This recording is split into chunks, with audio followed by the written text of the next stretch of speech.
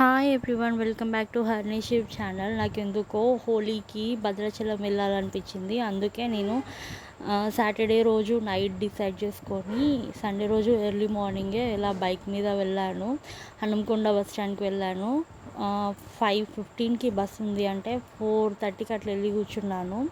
ఎందుకంటే బస్సెస్ ఇప్పుడు కరువైనాయి కదా, అందుకే డైరెక్ట్గా భద్రాచలంకి అయితే నేను వెళ్ళలేదు. మధ్యలో కొత్తగూడెంలో మా అత్త వాళ్ళ ఇల్లు ఉంటుంది. సో సండే రోజు అక్కడికి వెళ్ళి మండే రోజు హోలీ కదా, సో అక్కడి నుంచి వెళ్ళి వెళ్దాము అని భద్రాచలంకి అనుకున్నాను. సో మార్నింగ్ ఇలా స్టార్ట్ అయ్యాము బైక్ మీద. ఇక్కడ దారిలో కనకదుర్గ దేవస్థానం అని ఉంది. ఇక్కడ చాలా పవర్ఫుల్ అంట ఈ టెంపుల్. ఏ కోరిక కోరుకున్నా అది జరిగిపోతుందంట. సో అక్కడ మొక్కుకొని మళ్ళీ స్టార్ట్ అయ్యాము స్కూటీ మీద.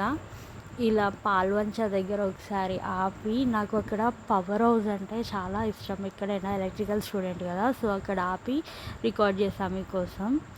ఇలా చాలా దూరం ప్రయాణం చేశాక ఇలా ఆర్చ్ వచ్చింది. ఆర్చ్ వచ్చినాక ఇగో ఇక్కడ గోదావరి బ్రిడ్జ్ అయితే వచ్చింది. ప్రస్తుతానికైతే వాటర్ లేవు. అండ్ ఈ బ్రిడ్జ్ వచ్చిందంటే దేవస్థానం ఆల్రెడీ రీచ్ అయినట్టే. అండ్ ఇక్కడ మేము డైరెక్ట్ గోదావరి నది స్నానానికి వెళ్ళాము. బట్ స్నానం చేయలేదు, ఎందుకంటే ఎక్స్ట్రా క్లోత్స్ పట్టుకోపోలేదు. అందుకే జస్ట్ ఫ్రెష్ అయ్యి తల మీద నీళ్ళు చల్లుకొని ఇలా సీనరీస్ అన్నీ తీసాను. అక్కడున్న నాకు ఇక్కడ ఒక బిల్డింగ్ అనిపించింది. ఇది పద్మశాలి వాళ్ళ సత్రమాట, నిత్యాన్నదానం జరుగుతుందంట వాళ్ళకి. అండ్ నెక్స్ట్ వచ్చేసి ఇక్కడి నుంచి కనబడుతుంది కదా గుడి గోపురం, అది ఇది ఇక్కడ ఏంటిదంటే స్పెషల్ దర్శనం వాళ్ళు వెళ్తారు ఇక్కడి నుంచి వెళ్ళి, దర్శనానికి వెళ్ళాలనుకున్న వాళ్ళు. అండ్ మొత్తం చుట్టూ తిరిగి వస్తే ఇగో ఇక్కడ స్టెప్స్ కనబడుతున్నాయి కదా, షెల్టర్ వేసి ఆ స్టెప్స్ ఎక్కితే మనం దర్శనం చేసుకోవచ్చు. దర్శనానికి అయితే ఫోన్ అలో లేదు, అందుకే ఫోన్ తీయలేదు బయటికి. అండ్ ఇలా దర్శనం అయిపోయాక వెనుకకు వస్తే నేను చాలా రోజుల నుంచి వెళ్ళి హోలీ వచ్చినప్పుడు బృందావన్కి వెళ్ళాలి అని అనుకున్నా. బట్ నా బడ్జెట్ సరిపోకో లేకపోతే టైం సరిపోకో నేను వెళ్ళలేదు. But I used to remember every year that I want to go to Vrindavan during Holi period. But ఏం చేస్తాం, కుదరదు. బట్ నాకైతే ఈసారి అనుకోకుండా నేను వెళ్ళాను భద్రాచలంకి. యాక్చువల్గా హైదరాబాద్ అని ప్లాన్ ఉండే, బట్ భద్రాచలం సడన్గా వెళ్ళాను.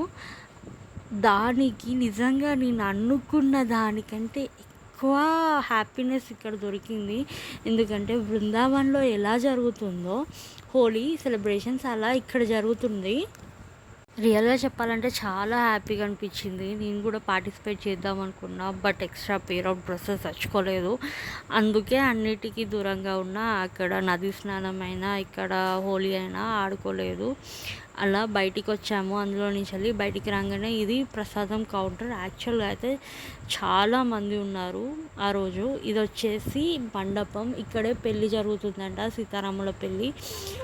Thanks for watching my videos. ఒకవేళ నచ్చితే లైక్ చేయండి, సబ్స్క్రైబ్ చేయండి అండ్ షేర్ చేయండి.